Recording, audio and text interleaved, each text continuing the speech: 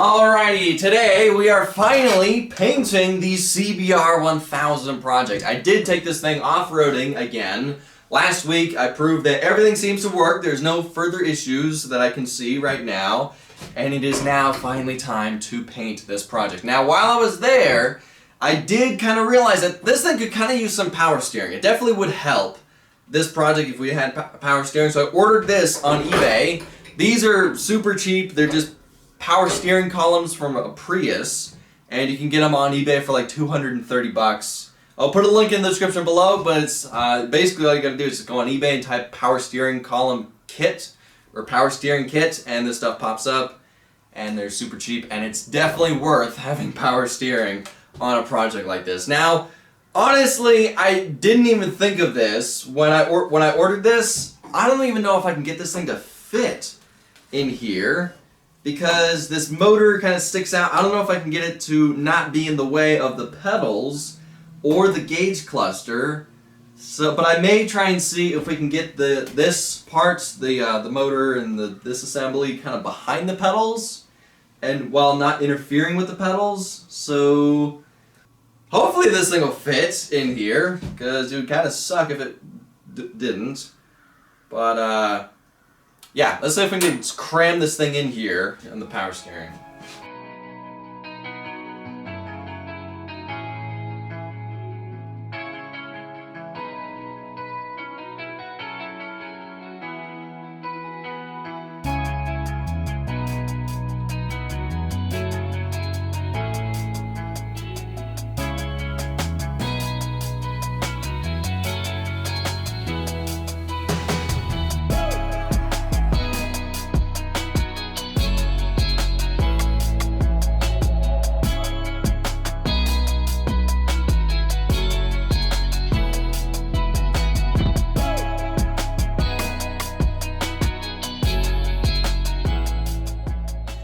Alright, now unfortunately, this doesn't fit behind the pedals. It's just too cramped back there. This thing's too big. It won't really fit in front of the pedals with the way this is set up right now. So the only way to get this to work is to shorten this part as much as possible. And I'm looking at this thing on how it's built, and I'm pretty sure we can do it. All you gotta do is just cut this sleeve off of this one, weld this onto this one as short as possible. We got to cut this a little bit somehow, put this in the lathe, so therefore I can weld one of these onto the end of it. And then if we do that and it still works by that point, I think we can get this to work.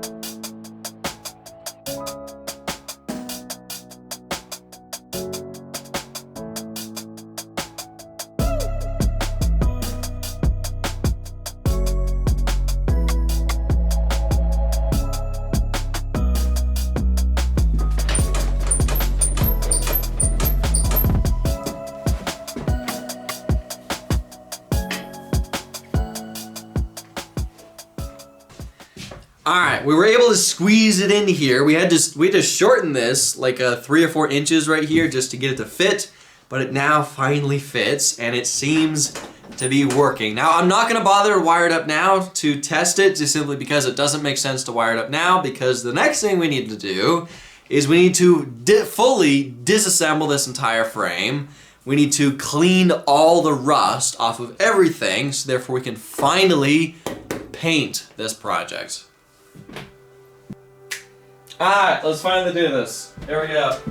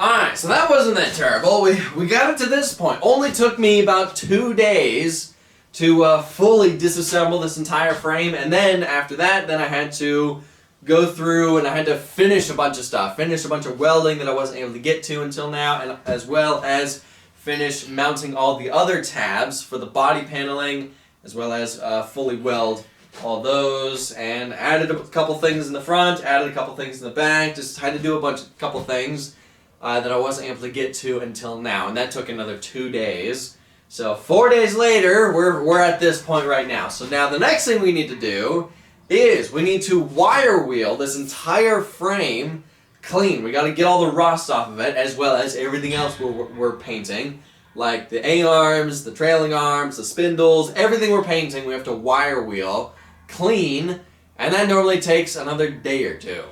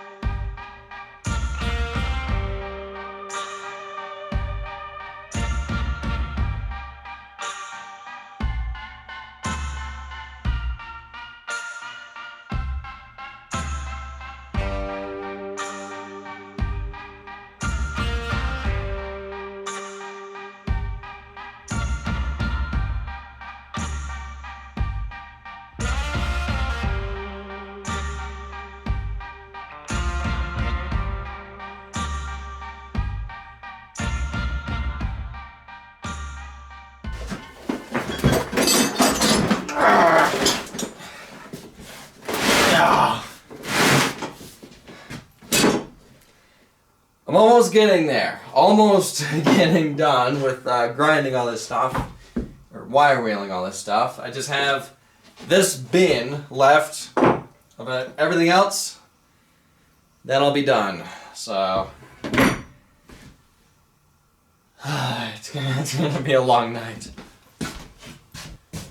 Oh boy, I am glad that is done. It definitely takes a very long time to wire wheel this whole main chassis. Everything that I'm painting needs wire wheeling. Got to get all the rust off of it, all the dirt off of it, and it takes a very long time, and it kills my back. But at least it's finally done. Everything is now ready for its first coat of paint. Finally got the main chassis all clean. Got the trailing arms, A-arms, all that stuff is hanging over there. All the body paneling is hanging in that corner. All the small stuff we need to paint is hanging over here. And then everything else I couldn't fit in here is in the temporary garage. Now right now it's a little too cold to paint this thing. It's like 43 degrees. It's a little bit chilly. This frame is like freezing cold at the touch.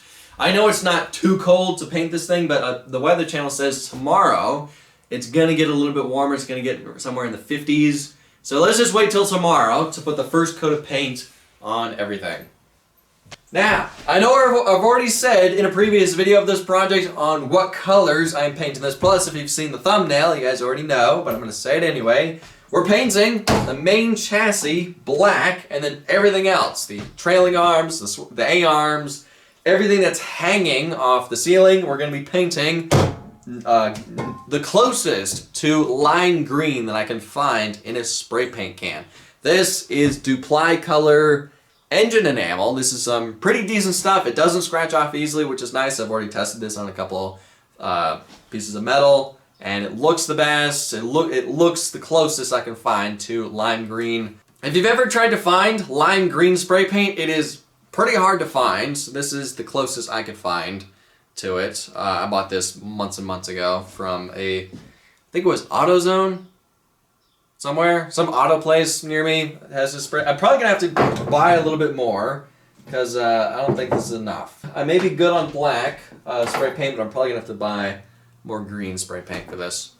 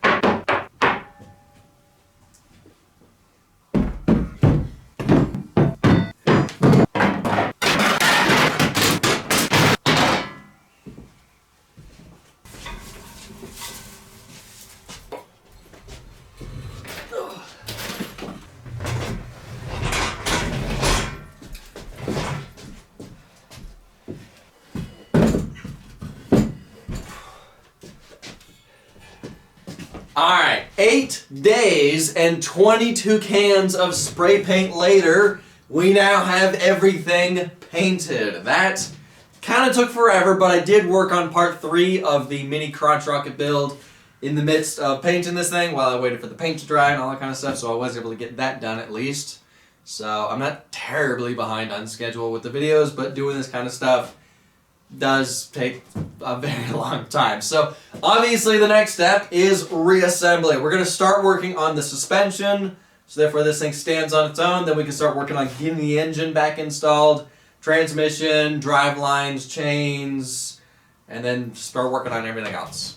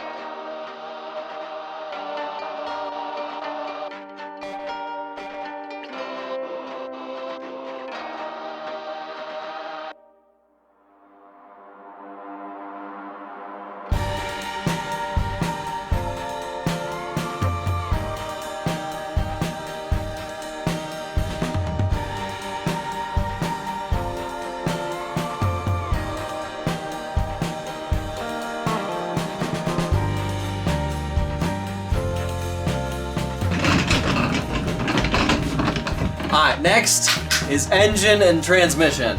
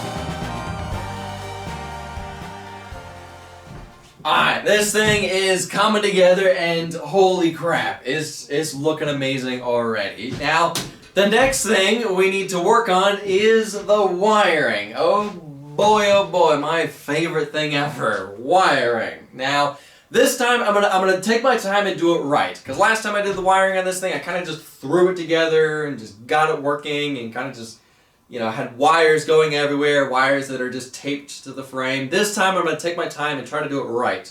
I'm going to shorten up a lot of the wires that can be shortened.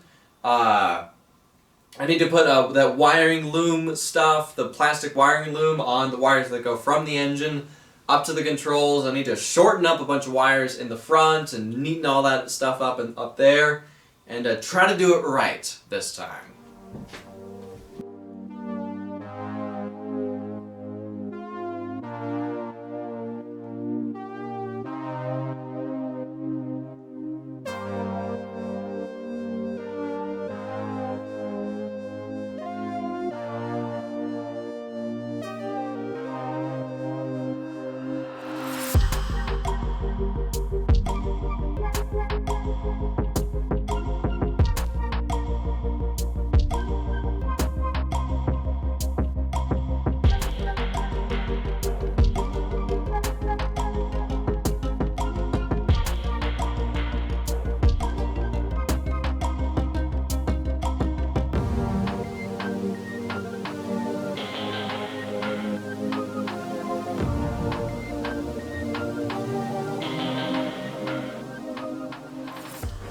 Alright, we're testing the power steering. I'm not really sure which wires turn the thing on. I have it hooked up right now. But if I remember correctly, because I use the same power steering on the VF1000, if I remember correctly, it's this little black wire where you can hook positive to it. Oh, I heard a click. Ooh, it's... There it is. There it is. For some reason, it always takes like 7 or 8 seconds to turn on. But there it is. It's working. It's hard to convey on camera that it's working, but trust me, it is working. That's with it off. And you can see it is harder to turn the wheel. And now here's with it on. There it goes. Yeah, that's with it on. Awesome. Alright, now we're just gonna wire it up to a switch on here.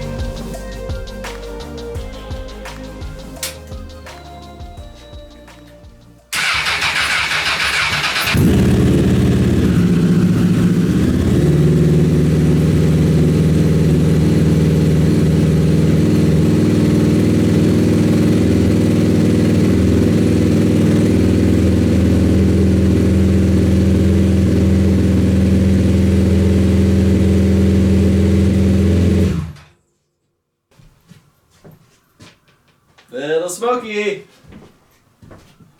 What's smoking?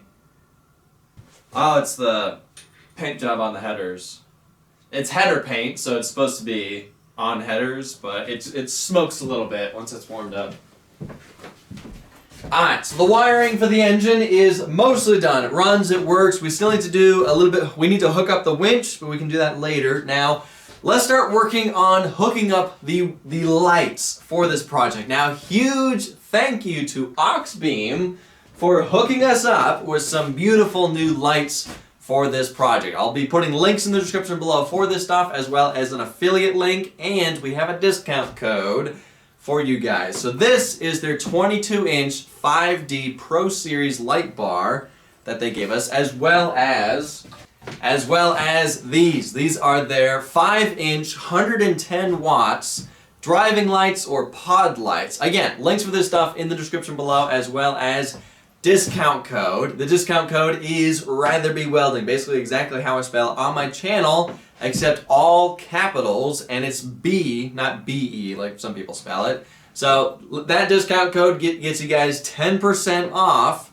your purchases at auxbeam.com.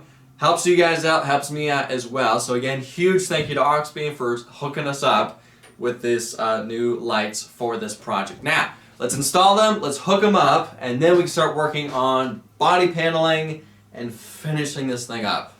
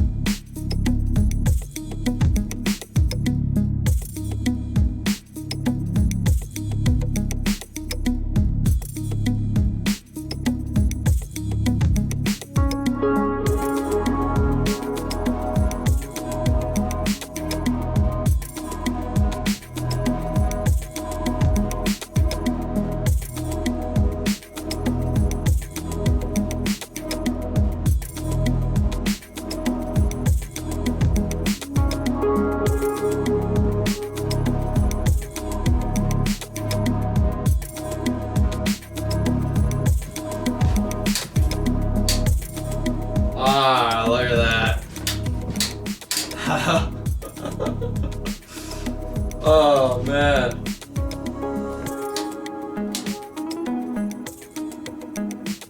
Alright, so that's the headlights. That's the light bar. Light bar, headlights. Light bar, headlights. And that's the both.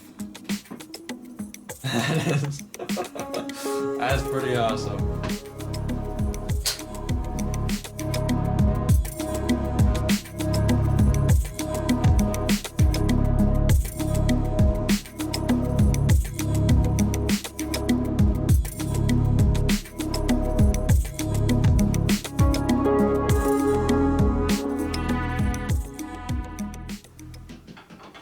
That still doesn't look right. Why are these not lining up? What?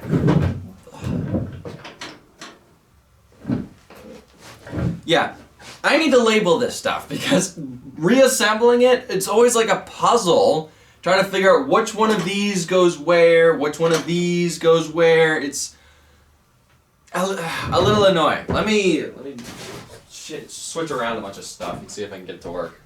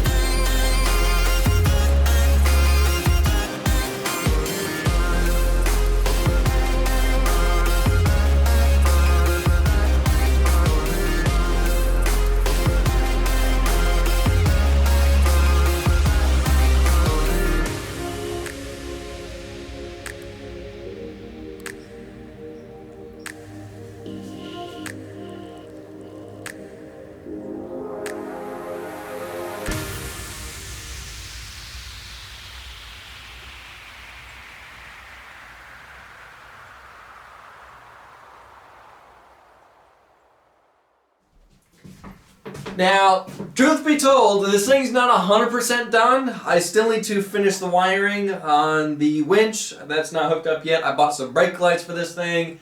Haven't had time to install those yet. I need to install the fire extinguisher again, seat belts. I need to zip tie, some of this stuff. So it's not 100% done, but this video has been taking a ridiculously long time to film, and I need to end this video here so I can move on with other projects. Now, I'm always surprised at how something like this can transform with just a simple paint job. Before this thing was like super raggedy looking, rust everywhere. This thing kind of looked like a Mad Max mobile, And then with a simple paint job, it turned into this. This thing definitely looks really awesome, and I really like the color choice on this thing. Now, I actually looked it up. I looked up how long we have been working on this project. I started this build a year and a half ago. It is like a couple days shy of a year and a half. I started this project, so it's been a very long time that we've been working on this. Definitely haven't been working on this thing full time. Definitely been working on a bunch of other projects in the meantime, but still a year and a half to finish a project. That is definitely a very long time, and that is that's a lot of videos. Now again, huge thank you to Oxbeam for sending us the lights for this project. Don't forget, use discount code RatherBeWelding to get you guys 10% off oxbeam.com. Links in the description below for all that stuff. Affiliate link down below. Go check out that stuff, and so on and so forth. So anyway, I gotta end this video here. I'm actually gonna put this thing away. I'm gonna pull out the mini rock crawler build, start working on that thing again. So anyway, I gotta end this video here. Thank y'all for watching. I'll see ya in the next one.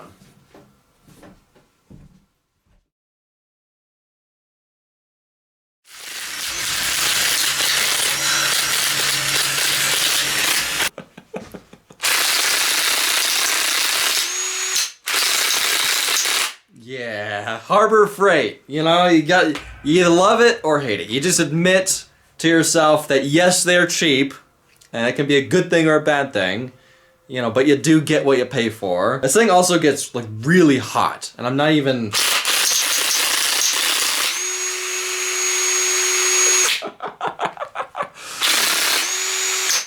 that just sounds like quality.